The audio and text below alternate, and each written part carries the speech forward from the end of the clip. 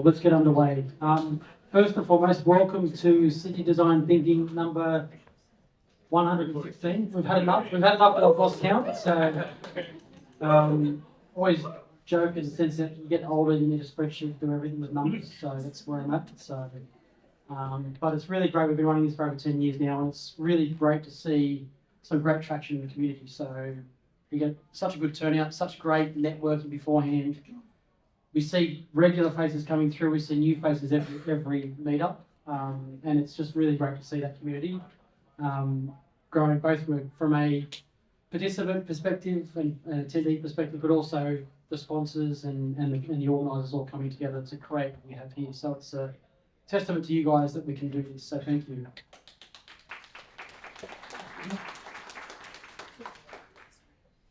Before we go any further, I do want to acknowledge the traditional custodians of the land upon which we're meeting, the Gadigal country people.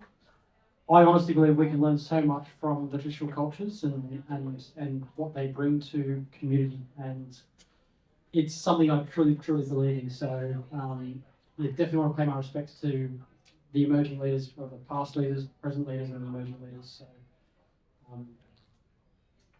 our sponsors.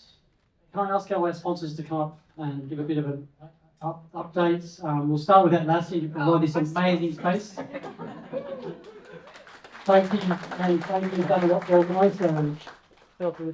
I would like to say welcome to my home, but I don't live here. I just work here, so no, it's a great honour to host Sydney Design Thinking. While I'm here, I want to do a shout out for the fact that we have 8 senior design roles available at Atlassian. So we have a design ops role, a manager role, some lead roles, senior roles, and a principal role. So come and see me afterwards, or indeed just Google Atlassian's Sydney jobs. The great thing about working here is that we have a team on anywhere policy, which means that you can work wherever you want. You can come into the office, get a free lunch for breakfast, or you can work from your slippers at home. So that's a huge plus. Anyway, see me afterwards if you're interested, and thanks to everyone for coming. I'm going to pass on to somebody else. Just credit to your design prowess. Look, what fingernails. Ellyn Diana, who's going to give us a bit of an overview of Shapeshifters who are sponsoring our live Skype tonight. Thank you. Hi everyone, I'm Diana, this is Ellyn. We run a communication design agency called Shapeshifters. What we do is we work with organizations and teams to bring their ideas out into a shared space and to create and craft meaningful messages through visual storytelling. Very well put together. We also sponsor Sydney Design Thinking through our live scribing initiative, and tonight we have Ellyn Cho, who's going to be scribing for the very first time. Very exciting. What she's going to be doing is she's going to be listening to the conversation live, and she'll be using drawings and words to kind of make meaning out of what she's hearing. So please feel free to go and have a look and speak to Ellyn and check out what she's doing afterwards. Great. Yeah, and if you're interested, we actually give a free mentoring session to anyone who would like to try their hand at it. And this is safe space to try it. So come and speak to us afterwards if you would like to do it. And credit to Ellyn doing it on paper. One of the earliest forms of information technology. You can't copy, you can't move. It's there. So that's awesome. We're looking forward to this. I love taking a photo at the end of the session with the live scribe. It's really awesome. So thank you, Shapeshifters. Dynamic 4. I'll come up. Yep. You'll come up? Okay, cool. Awesome. Our organisers. So our illustrious leader, Ben. Thank you. Kate's also in the room tonight. Where's Kate? And Kylie can't make tonight's event. And then obviously myself.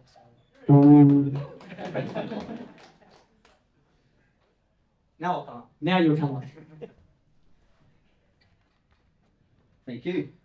Hey everyone, I'm Ben, also from Sydney Design Thinking, but I'm also the founder and director of innovation and design at Dynamic 4. We specialise in how do we bring together regenerative leadership, design and innovation to help create the conditions for people and the communities to be happier, and so we get to live on a nice, clean, healthy planet while we do that. As part of that, I've been doing some research over the last few months, as a few in the room have already done this, but if you hit that QR code, you can do it in as little as 5 minutes. Some people are using it as an opportunity to reflect on what leading change and leadership means to them, and are spending 45 minutes on it, so that's up to you.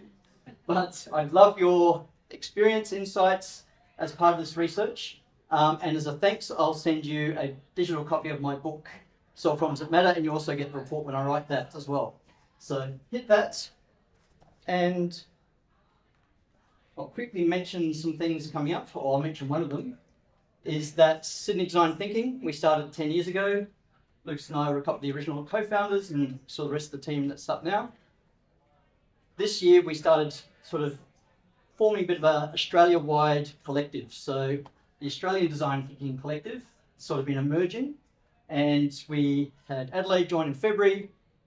Mid-year June we had Byron and Brisbane, and next month Melbourne. So 4th of September.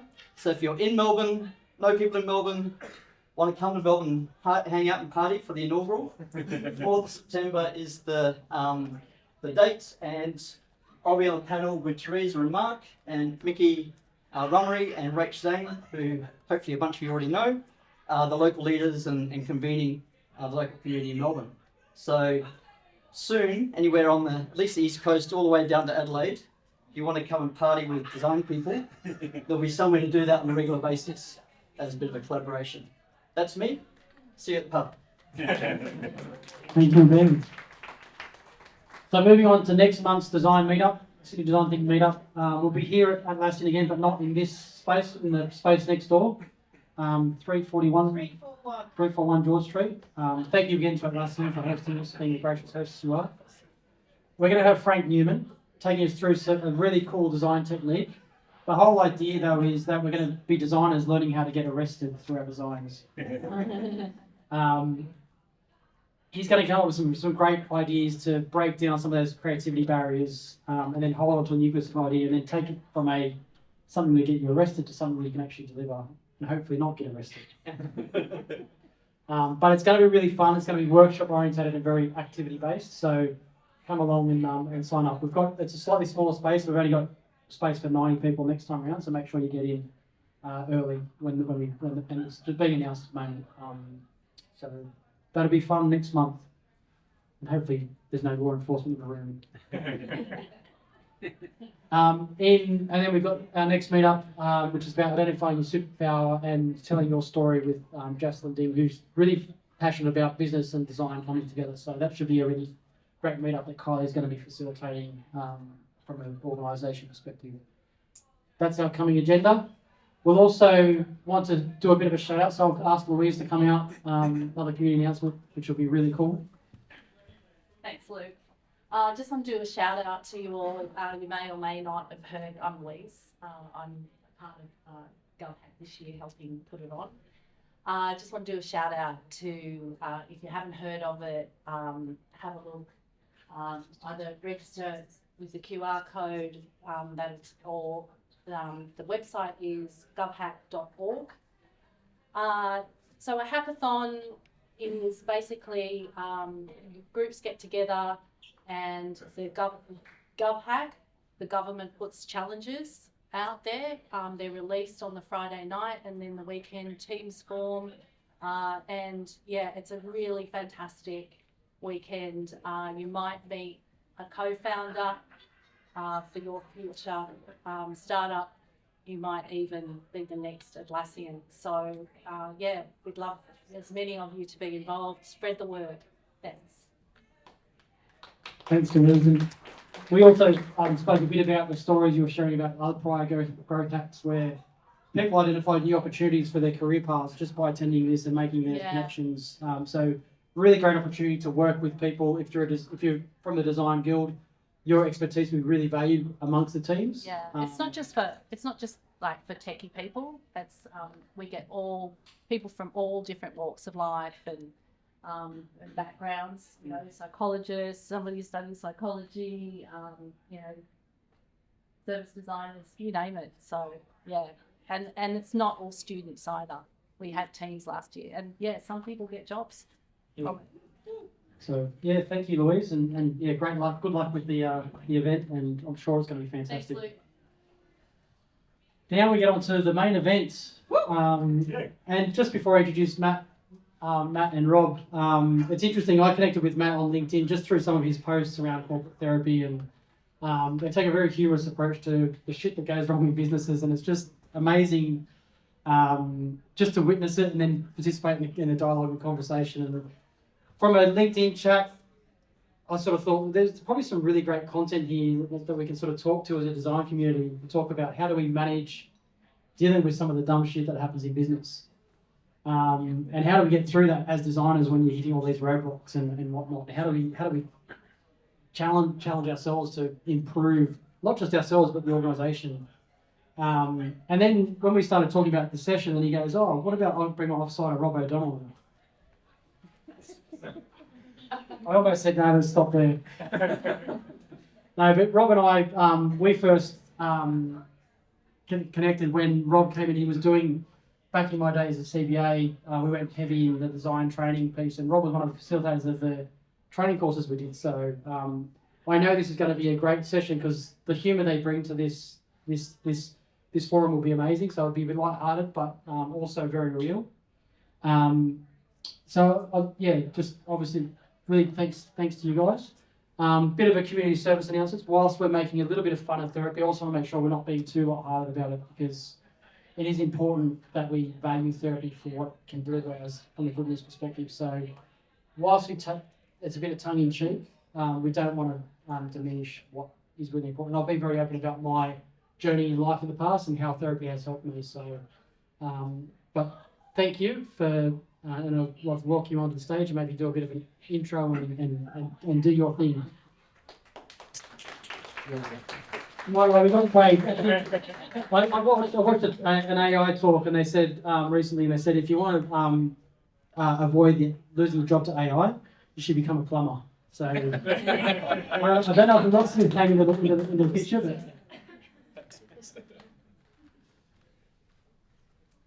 Hi folks, thanks for having us. My name's Rob. As you've probably picked up from the accent, I'm Irish. Try not to hold that against me. That would be a really good start. I've been working in learning and organisational development since 1996. I'm every bit as old as I look. I've thoroughly enjoyed it, and I think I've stuck in it longer than most people have, because I get a genuine kick out of unlocking people's potential. Matt came up with the idea of me being called the leadership locksmith, and I love it. As soon as he said it, I was like, yes, we're running with that. We need t-shirts printed immediately. So one of the reasons I like that is I do actually pick locks as a hobby. You can take the man out of Dublin, but you can't take Dublin out of the man. And one of the things you'll realize if you've ever picked a lock is it requires two things. It requires tension, and it requires a little bit of finesse as well. And to me, that works with leadership. The best leaders are made in tense circumstances, but you've also got to understand the nuances that change from individual to individual. And I've got my best buddy beside me.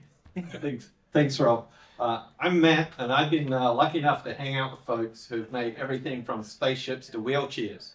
And for a long time there, I called myself a designer. In fact, I had to figure out what word should go in front of designer for quite some time. Should it be business? Should it be strategic? I never was quite sure, because I had to take a step back and say, well, how do I actually spend my days? Most days is knee-deep in crap. It's solving messy problems one day at a time. So I figured, why not go with corporate plumber? That about sums it up. And with Rob, we launched Corporate Therapy, which started as a humble newsletter. God knows how it made it into a podcast, and later it's just made it into a community recently. At the heart of it, though, has been a belief that we need to equip folks to be able to tackle the messy stuff in business, the stuff that's not often talked about, the stuff you can't put in blueprints or in journey maps, that makes your day shit, your customers' days even worse. And this is what we want to kind of explore tonight, because often when we say messy, it can be hard to understand. So I need to go back in time. about 2 years, and I want to introduce you to Larry. Now, Larry is from finance, and some of you in design may groan at that very thought of having to hang out with finance. But he was an acting CFO at the time, and his team had done some amazing things to turn around an organization. They'd absolutely gone above and beyond. And they'd taken a pickle case of an organization to the point where venture capitalists says, let's buy it. Not long after they bought the organization, Larry called me. And he said, Matt, I've just been let go. And I went, holy shit, why was that? What happened? And he goes, well, Matt, they told me as a CFO, I was too kind. And I just went, oh, I don't even know how to respond or what to say to that. I had to pause. Larry's voice cracked as he then said, but Matt, being kind, it's my superpower. It's how I get my teams to do amazing things. It's how we turn this organization around. And now I'm being told I'm being let go because of it. I got off that call and I was completely lost. Well, not completely. There was a hell of a lot of rage that I was feeling at this point. Because Larry was a top and is a top individual. He had delivered what most organizations ask. Make the company perform. He had hit the numbers. Right? He was doing it for a journey that not many CFOs take, which was through kindness, through trust, through transparency, and it's why his team would follow him through hell to do it. And this left me feeling this is a bit of a shit show, this is a bit of a mess, and this feels absolutely wrong. But my hunch here is as designers, you get to see your fair share of shit. And so what we asked people as they're coming in the door tonight was to put some of the things that they're seeing up on the wall. Some of you may not have had the chance to do that because we've filled up all of it. We can go pick a shot. So what we're going to do now is I'm going to ask you to find a peer, a teammate, someone perhaps you don't know ideally, right? And what I want you to do is very much ask the question, which is, what is some of the dumb shit that you are seeing that is hurting good people in business and screwing over the business? The and is very important, right? It can't just be about hurting people and it can't just be about hurting the business. It's got to be both. We're going to give you about 7 minutes for you to be able to share your horror stories between each other. At the end of that, you have a choice where I might say some volunteers, or would you like to share? I say it's a choice because we want to create a safe environment tonight for them to talk about it. It does not have to be your current organization, it doesn't have to be your current boss that's going through it. It could be a friend that you're talking about in this case as well. Okay? It's a safe environment of how much you choose to share or to not. 7 minutes starts now. Find a peer, have a chat.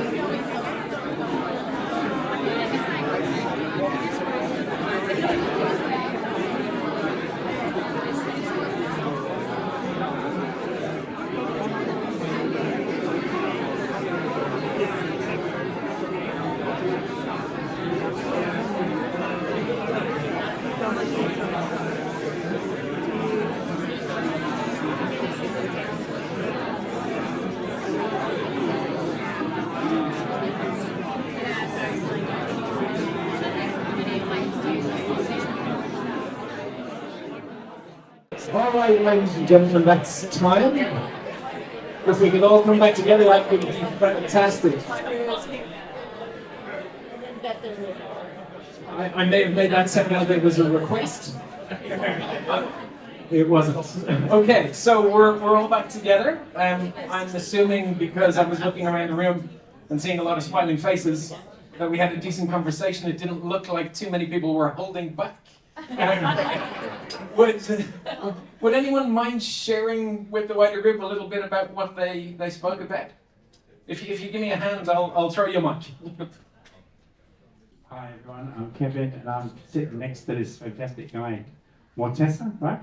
Mortessa, there you go. We were swapping stories and they're not unalike. So both of us held very senior creative roles. Tessa was sort of sharing that his kind of company came to him and said, like, we don't, you know, like you're surplus to our requirements, like, you know, you're not, is that right? Luxury keyboard. A luxury, I'm sorry, yeah, sorry, that was the one. I was trying to find that in my subconscious memory there.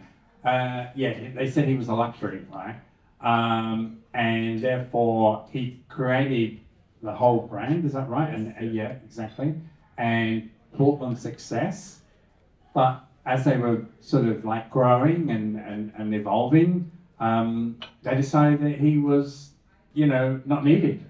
And I just shared that I was in exactly the same boat. I was with an agency for 5 years. We grew from a team of 8 to about 56, 50, 60.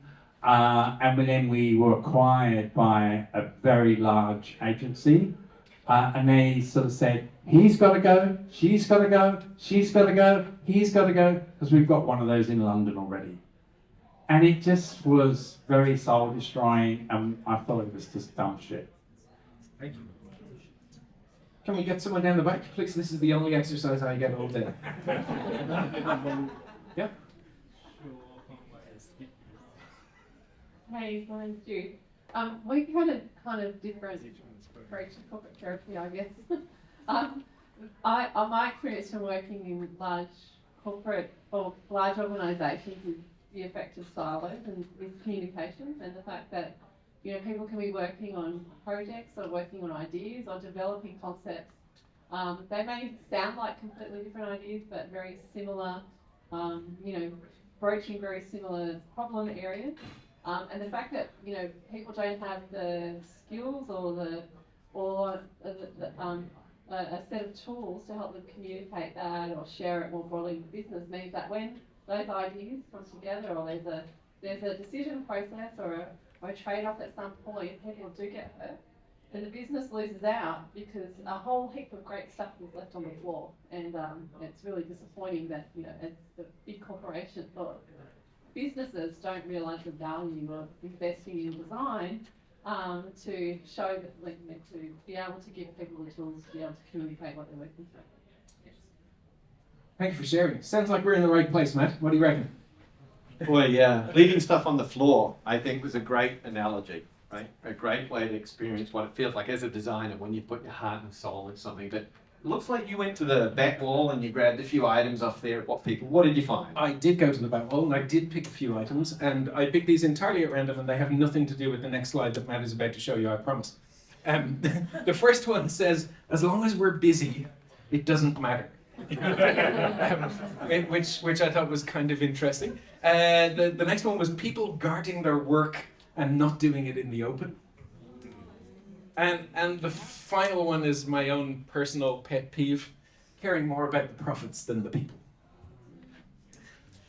Well, it's amazing, Rob, your ability to read the room.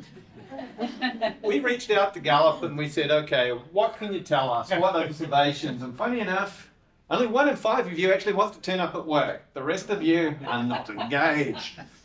This is a bit odd because from a productivity point of view, you watch any news at the moment and us screaming, we need more productivity. The fastest way to get that is to have engaged staff, yet only 1 of you is doing the work of 5 of you, by the looks of it. We move on and we hung out with the Edelman's Trust Barometer, and it said that customers are declining in their ability to trust big brands. Right? It's going south at a very, very fast rate. Well, hold on a second. If you don't trust brands, the chances are you're not going to keep buying or buy at all from them. So that looks a bit peculiar. But it's okay because PwC hung out with the CEOs and they said, we've got a plan here and it's working grand for us. Nothing to see, please move on. But when I look at that, it strikes me, I've got despair on the left, I've got distrust in the middle, and I've got delusion on the right. That pretty much sounds like a recipe for a dumpster fire in the waiting. That you, as designers, need to be able to navigate. But what's the answer? What could it be? Well, it could be leadership. right? And I know most of you are thinking, but I'm not in a leadership role. And that's cool. We're going to talk through that. We think there are 4 ways to approach leadership. We think it has to start with you leading yourself. Then you can get into leading others. Then you can get into leading the organization.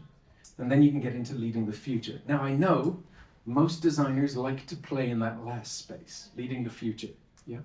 But we're firmly of the belief, and we're hoping to prove to you tonight, that you really need to get the other 3 in a row first. Yeah. And then it makes it much, much easier for you to lead the future of an organization.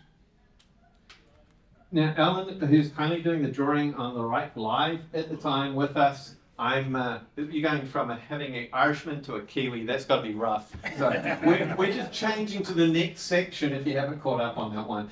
This is about leading self. And to torture myself, I read LinkedIn. And when I go to see what they talk about designers, one of the biggest advice tips I see them throwing out there is you need a design portfolio. Bullshit. You need a reputation. The reputation is what folks will talk about when you're not in the room. So I can go one of 3 ways is what I've learned. The first reputation is we need Sally in here to solve this problem. She's fantastic. She'll know how to get us out of this mess. Cool. Second one is don't bring Tommy in here. He's going to make this a hell in a handbasket. He just talks. He's an oxygen thief. Avoid bringing him in the room at all costs. Or last, which is the worst one of all, they don't talk about you at all. So the challenge we've got as a designer, it's solving for a reputation for you to be able to say, which way can I influence? Is we need to talk about personal brand. But Rob, when I said, we're going to talk about personal brand tonight, what was your response? Let's be honest, deeply honest. There was a noise made in a row over here that summed up how I felt about it. Yeah, no, it was good. It was a bit of a dry heave. I had a visceral reaction to the words personal brand, probably from my father.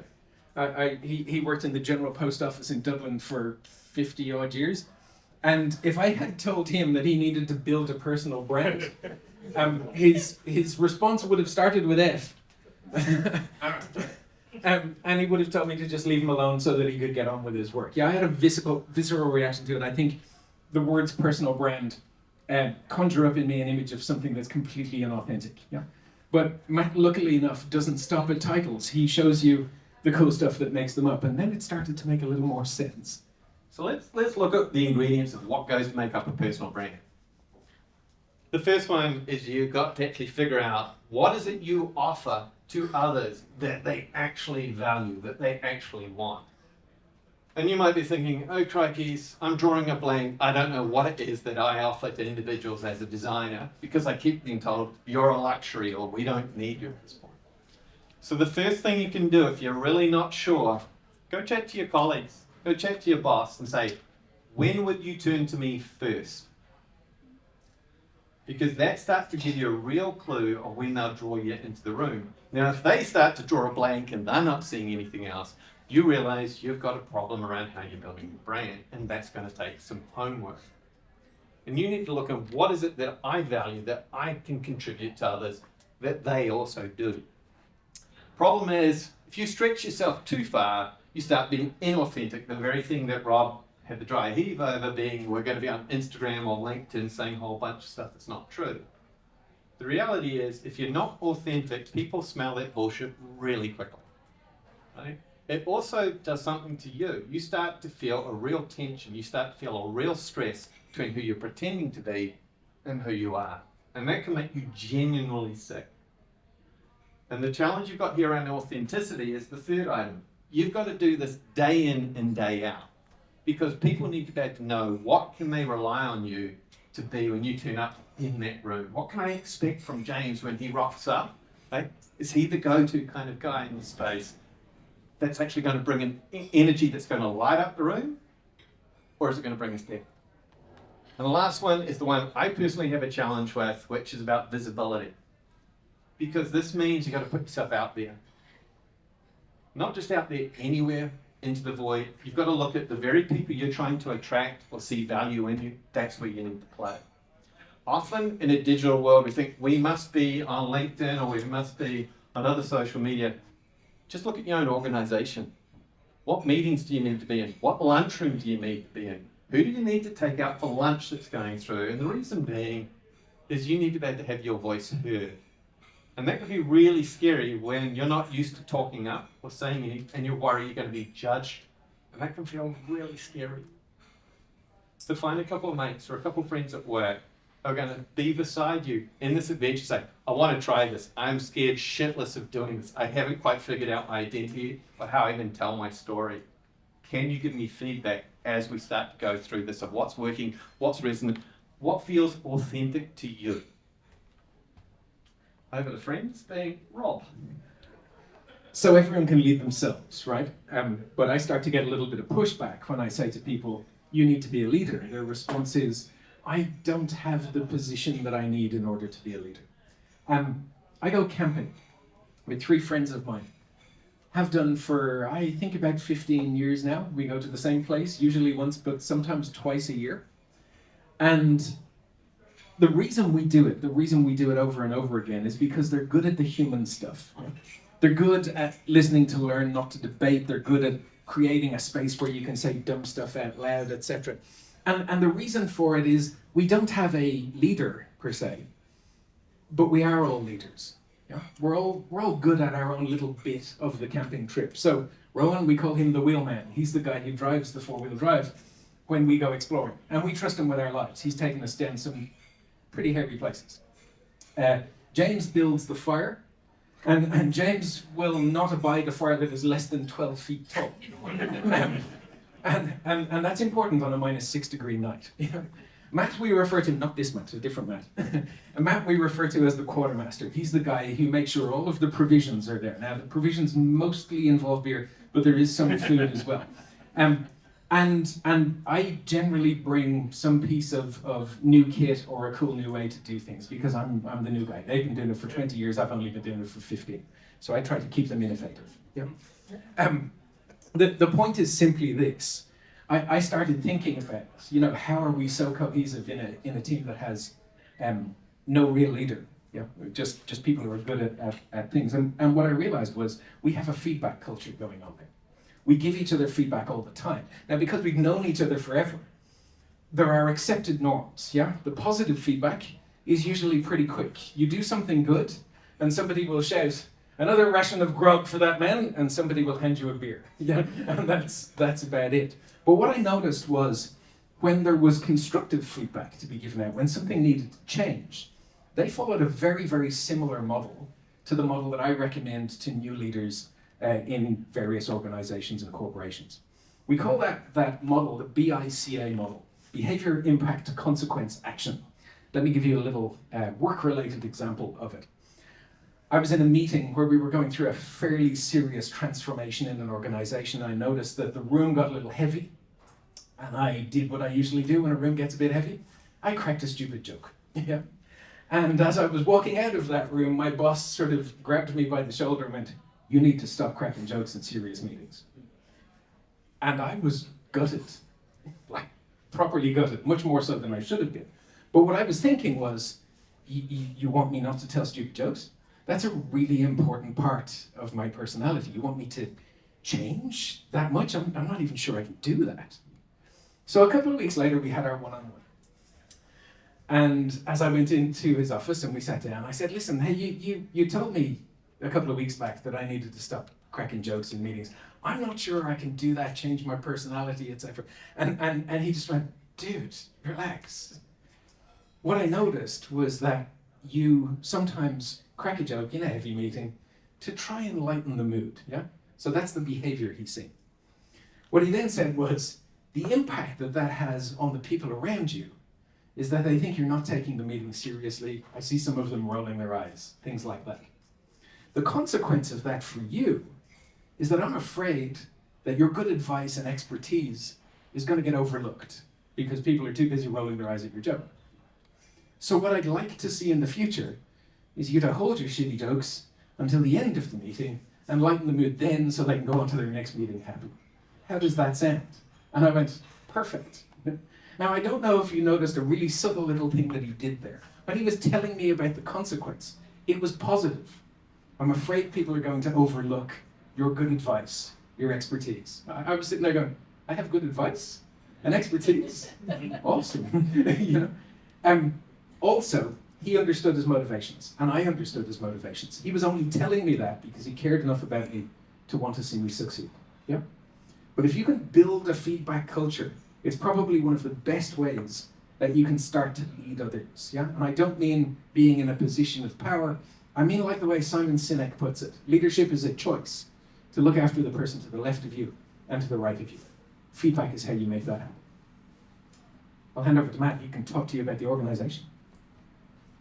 So right now you're thinking, oh, turn on the mic is what you're thinking. So right now you're thinking, great, I've just been promoted to CEO, but hold on, I'm just a designer.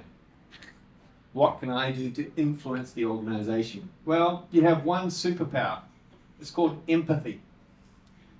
The problem I see with the empathy is you spend most of your days looking external to the organization, saying, what is it your users, your customers, your clients, your members, your patients, what are they thinking?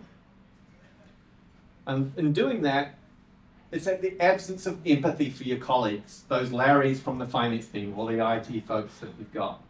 What this ends up normally resulting in is you start to see silos. I don't know about you, but most organizations we get to hang out with have silos, whether they've been intended or not. And those silos come with their own culture, their own DNA, their own ways of doing things, how they talk, the language that they use, or even how they say no. And the problem you've got in there is that when those silos start to work together, or try to, that's where it's like World War III. The culture wars start to play out, the energy, the sparks. And you as a designer often there are observing the shit show play out going, what's just going on? The point is, this is actually where the most value can be created in your organization, is in that heat, is in that tension. And it requires you as a designer to embrace two things. The first is curiosity, and the second is coffee. The curiosity one is all about you willing to lean in, often to areas that are dark and unknown or potentially scary to you, because they think about the world very differently.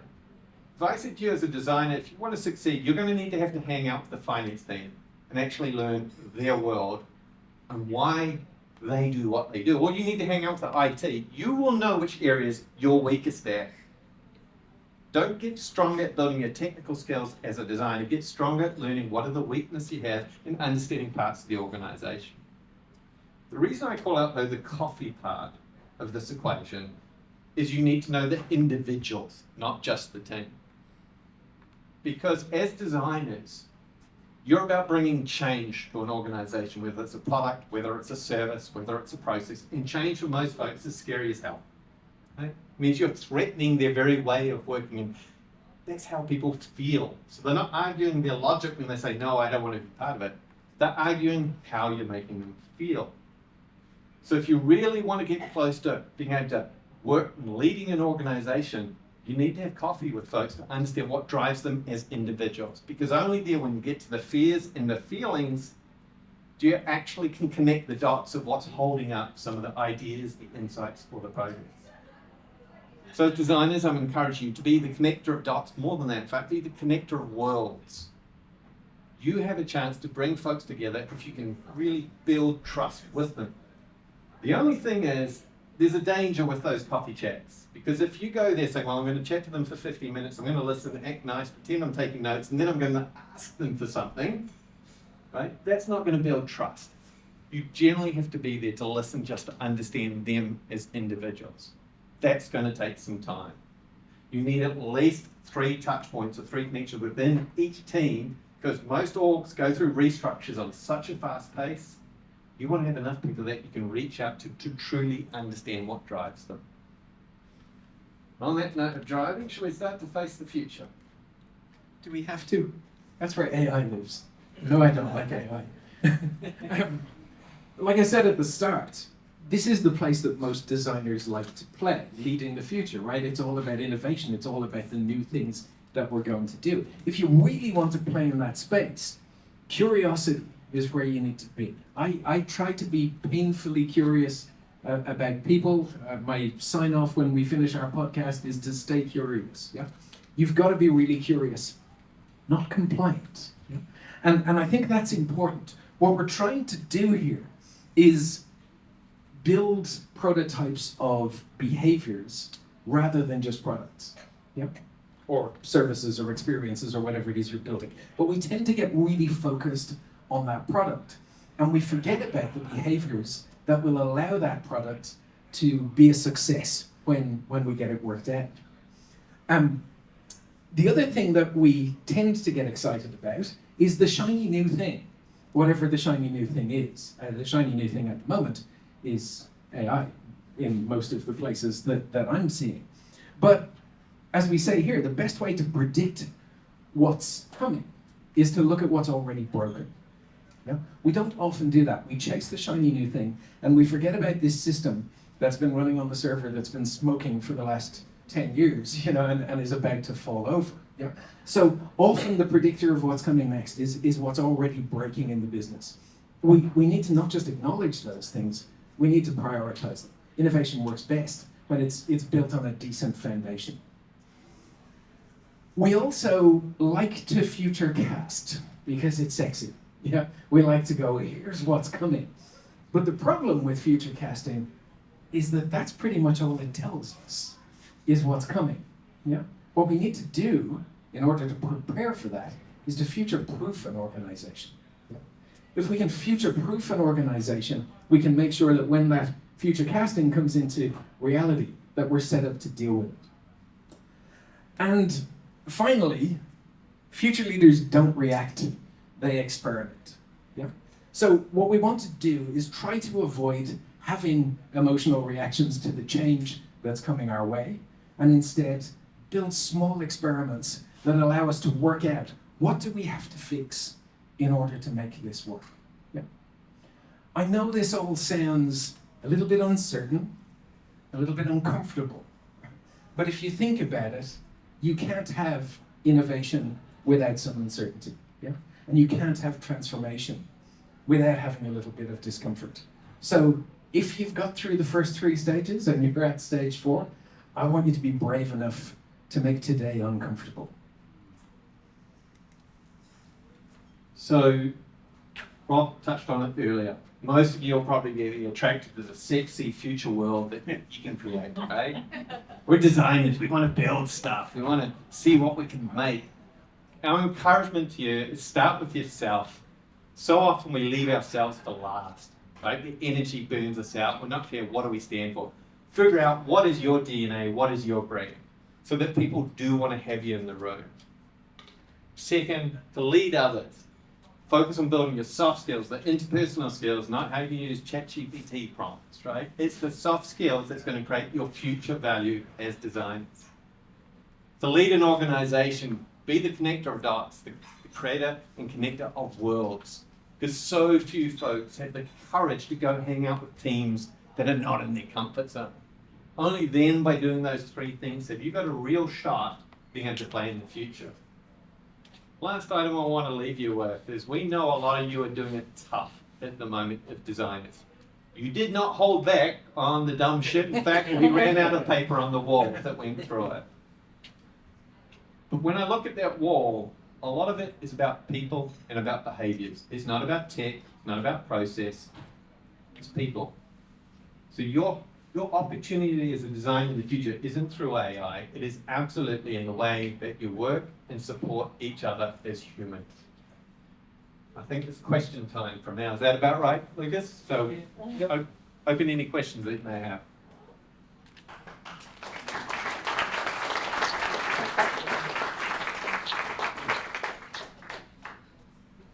Can we turn this on?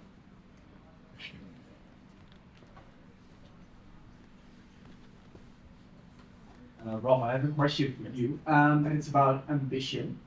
And I like the show. I like especially the episode about different generations. And at some point, you said that Gen Z lacks ambition. And for me, that was okay. That's interesting. How I interpreted it, like you see ambition maybe differently from your point of view. Can you maybe tell a bit more about how you reflect on ambition and how you see it differently across generations? And how do we bridge those differences? Sure, and I think Matt might actually be able to answer this a little better than I can. It's lovely to see you again, Xander. But yes, I've when I was growing up, the reason I ended up in learning and development was that I applied for a job that was way out of my league, and I bullshitted my way into it. I was applying to be a trainer in a call center, and they said, "Well, you've got no formal training experience. What makes you think you can do this?" And I went, "I was a scout leader for a while." And they went, "Okay." I was like, "If you can teach 11-year-olds first aid, you can teach anything to anyone." And I bullshitted my way into the job, and I had a couple of bosses that were incredible, and I was supremely lucky to have them to sort of hone the first part of my career. But for me, it was always about, you got to climb that corporate ladder, you got to try to get to the top, and so on. And I've noticed a shift now. I'm a terribly old man, but I have a couple of nieces and nephews that are much younger than I am, and I get to talk to them on a fairly regular basis. And they seem to have less of an interest in climbing the corporate ladder. They're more interested in, how do I get to a level where I can pursue the things that are really important to me. They're not defined by their work the way we were defined by our work. And I know I'm grossly generalizing here, so forgive me for that. Yeah. But they're not defined by their work the way that we were defined, and some of us still are defined by our work. So I think that's a really important difference between the generations. Do you want to add anything on that, Matt? I think the uncomfortable one to talk about is hard work, right? The perception that to be ambitious, you must burn yourself out. Something like 42% of Gen Z say they believe to get ahead at work, they're going to have to burn out. That's just shit, right? So the ambition piece we're seeing in Gen Z from the latest research that we're seeing has been very much around the hold on, that corporate ladder is long gone. I want a life. I want to question the very assumptions, because going to uni doesn't guarantee a job. Getting married at a certain age and having kids is no longer a set rules you must follow. Right? Going to successful colleges and it will give you the access to the CEO fast track pipeline. Bollocks. Those assurances have all gone. So I'm excited by Gen Z saying we're going to question all of the dumb assumptions that the previous generations have done about work, and saying what stacks up, what makes sense, so that you don't see some of the shitty behaviors you had there, and it's a luxury to have you. I encourage each generation to question what assumptions do we have at work that no longer adds up. Atlassian challenging remote work, and where does that fit into the equation? Look how quickly we all said, oh, let's shrink back to the office for most organizations. It's a very uncomfortable space between the exec team and the newer generations coming in, because you're prepared to challenge. Does that help answer your question again?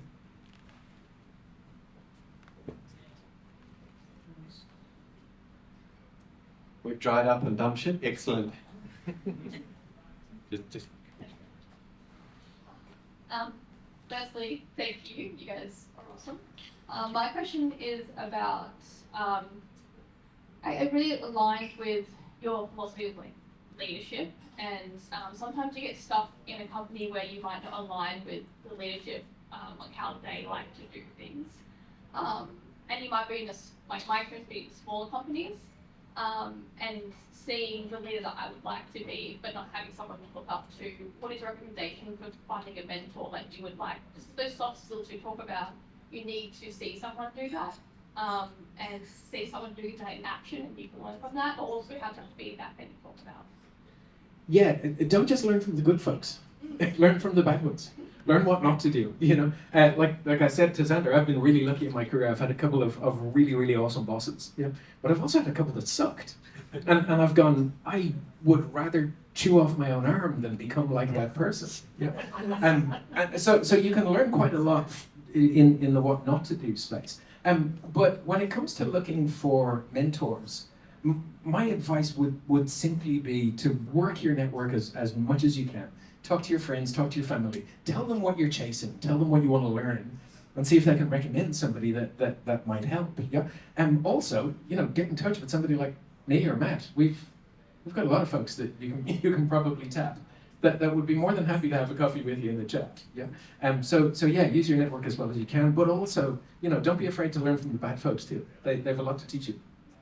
Thank you. I think just to add to that, as you're networking in these types of events and forums, feel free to ask for coffee for someone when you're inspired to, when you had a conversation with them, because most people here you probably find are happy to have a chat and network. Take it outside of the room. Don't just use this forum. Leverage the connections you're making. I think just around the front. Yep. Thanks, Liz. Hi, I'm Lisa. Matt, I think we met on LinkedIn. Yep. So it's wonderful to be in the same actual physical room. But I'm thinking back to a LinkedIn convo about having conversations with leaders and organizations where you're like, duh. Yep. What's your sense of the shift, right? I think some of us can see it really clearly, what organizations, what people need to be successful. Yep. Do you see a shift, or is there too much of the dumb shit still hanging around? I love to say, yes, I'm clearly seeing a shift and the execs are onto something. The stats we put before are suggesting they don't want to change. They think they're on the right plan. But the belief I have by chatting to people like yourselves in this room is when you go back to the organisation as part of a small team, even yourself as individuals, you have a choice on what behaviours and attitude you bring to work and how you influence your colleagues that are around. So I'd say start small, start there on the change. The one we did back at Virgin Days was when we said, okay, we're seeing a lot of dumb shit. We literally created a dumb shit wall. Right? We put it up there and we gave staff an opportunity to anonymously post the dumb shit. And it stayed blank for ages because nobody trusted us to actually say the dumb shit out loud. And then over a weekend, to this day, we still don't know who it was. A post-it note appeared up there of our first dumb shit moment, right? And we held that baby and we ran that around the organisation, curated, right? Amanda was a big part of that journey in there, right? And we fessed up to the execs in the room, and it was all about drug money, basically. It's like, you want to take this money when building a product which you know is wrong, right? It's going to be completely non-aligned with our brand, and you seem to be okay with taking the cash, but you're promoting a brand over here that's saying it's about fairness. It's like, what the? To the credit of the execs around the room, and Sue at the time was leading it, and Derek at the time in the finance, and it was his stat or his KPI that was riding on this, right? They said, we won't launch that product. They stepped back from that. But the commitment the rest of the exec team had made, which I was part of at the time, said, we need to pony up the cash to make the difference, and we'll find a way. So that was about trusting your close. But it took some anonymous individual that we don't know to have the courage to speak up. So even small actions can make a world of difference. Thank you, nice. And more coffee. Any other questions? Just wondering, after being in corporate and getting out of corporate, what are the moments where you realise you don't need to? What are the most extreme examples where you can't do anything in a corporation, but now you can finally use your brain? Wow. There was an old boss of mine who went into consultancy long before I did. And I used to say to him all the time, it must be wonderful to be a consultant. You're all care and no responsibility. And I think that's probably one of my superpowers now, is that I can walk into an organization and go, let me tell you the truth. And it really doesn't matter if you don't like it, because what are you going to do? Fire me? Not hire me again? You know, et cetera, et cetera. No, don't get me wrong. It's nice to build a relationship. So what we've done in the past is we've built relationships that allow us to challenge the things that were unchallengeable. You know, Mike and I walked into an organization at one point. We were doing a customer experience program for them, where we were trying to give them a new set of customer experience guidelines. And one of the things they said to us straight off the bat was, you can't touch that system. And we were like, okay, why not? And they were like, you can't touch that system. And we went and interviewed people in the organization, and everybody went, kill the system, it sucks, you know. And we eventually got one of the execs to level with us who said, yeah, you can't touch that system because it was bought by the CEO from the CEO's friend. We went, okay. But all we did was collated all of the data that we had from the people that were using the system, the people that had to support it, etc. And we went, you know, it's kind of like A Few Good Men. These are the facts of the case and they are not in dispute, you know? Now, you can get people that no matter how much logic you hit them with, they'll have an emotional reaction to it. Yeah? And that's okay. That's where my favorite question comes into play. Help me to understand that, you know? Because I've given you the evidence and you've agreed that it's all there, but you're ignoring it anyway. So there's some sort of a disconnect here. Help me to understand that. Yeah. I think being able to go in and go, help me to understand that with a big smile on your face. That's a superpower. I thoroughly enjoy it. The thing I miss about corporate is leading teams. But I don't want you to think, oh crap, I must leave the organization and start up my own. That's the only way I'm going to get true freedom. In fact, pray for a crisis. And the reason I say this is the time if you want to see if your organization really relaxes the reins, right? A crisis turns up. One that galvanizes everything. Suddenly those policies that were in stone suddenly all shift. Suddenly those resources you couldn't have access to, you do. So make sure that a crisis in your business doesn't go wasted. That's your opportunity to see what you truly hold dear.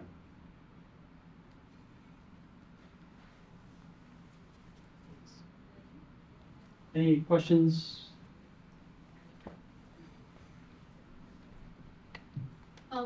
With the exec or senior leadership being potentially delusional, what are some very, I guess, tangible ways if you're, you know, just an everyday employee within an organization?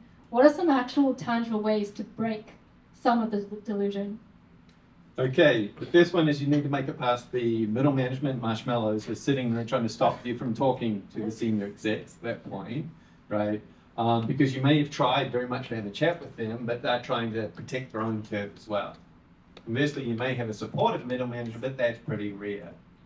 Just ask the exec, I'd love to have a coffee because one day I'd love the opportunity to play your role and I want to understand what it involves.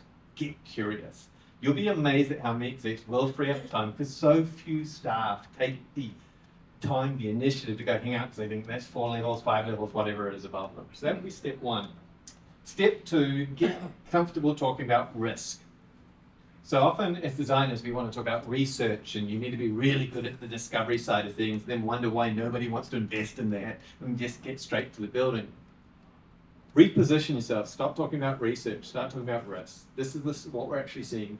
Do you want me to help you to make the decisions that you have more accurate, more reliable, so you can be more confident? Most execs we get to meet are scared shitless of making the wrong decision, being found out to be an imposter or a fraud. They're humans like you. And so some of the emotional reactions you're seeing from the yelling in the boardrooms and those that are coming through is fear surfacing. And so as an individual, recognize it's another human being just trying to pay their own mortgages. They're not superhumans. Go have a chat to them, understand their world, find out what language works for them. Most of these execs I meet these days have a finance bias. So if you're not learning some degree of finance and can talk some degree of risks, and you try and talk design or research or even prototyping sometimes, they'll look at you blankly. Does that help? Is there anything you want to add to this? No. You know that. Any more questions? We're going to wrap it up. Awesome. Just Mr. Purple down. Oh. You used a 4-letter acronym, BIQ something. Can you just repeat that and expand a bit? Yeah, absolutely. So this feedback is another superpower. If you can build a feedback culture, it'll change your world. So what I say to people is there are 3 parts to delivering good feedback. The first one is to understand your motivations. Yeah? You should only be delivering feedback to somebody because you care enough about them to want to see them succeed. If you didn't care about them, you just shoot them in the foot, right? Or let them shoot themselves in the foot. Yeah. So it should always be coming from a place of care. If it's not, rethink it. Do you really want to give them feedback, or do you just want to fire them? Yeah. If you're sure that you want to give them feedback, if your motivations are pure, that's when you get into BICA. So the B is behavior. Here is the behavior I observed. Yeah. I is impact. Here's the impact on the people around you. C is consequence. Yeah. Here's the consequence for you of having that impact. Yeah. If you can make that positive, it works really, really well. Yeah. And finally, action. Here's the action that I would like you to take next time round. People often get feedback and coaching mixed up. Feedback is usually a very one-way conversation right up until the point where you ask a question at the end where you go, how does that sound to you, this new action? Then you can open it up into a bit more of a two-way dialogue. But the beauty of that BICA model is it allows you to plan that conversation in advance. Yeah. The third thing I tell people is to document everything. Yeah. So when you deliver that feedback session, make some notes, however you choose to do that. Personally, I'm with Ellyn, I go with paper and pen. Yeah. And put a date and a time on it. That's pretty much all you want to do.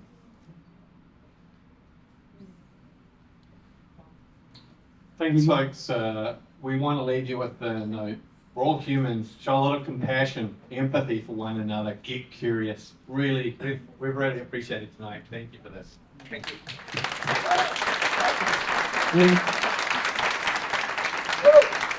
One last question. If people want to connect with you, how do they? Obviously, got the QR code. Yep. If they're crazy enough to connect, what are they going to expect from you guys? So in here is actually the community for corporate therapy. It's free. In there we have access very much to the tool, a lot of design tools. We have conversations, real chats to support one another around your facing change. We also have a bunch of coaches and support well beyond us that's going into space, because we're trying to help people tackle messy stuff in business. We don't have all the answers. Yeah, awesome. So please, I implore you to reach out, connect with Matt and Roz, and with anybody you've made a connection with today. Take it outside of this room and let those connections last. But huge round of applause again for two champions in the really appreciate. For those that want to continue the conversation or lubricate a little bit more, I think we normally go to CBD when we're at Atlassian, so we'll have a few after-event drinks there for those that want to join us. But thanks again to our sponsors. Make sure you do check out the live scribe before you leave and tell Ellyn how awesome she is.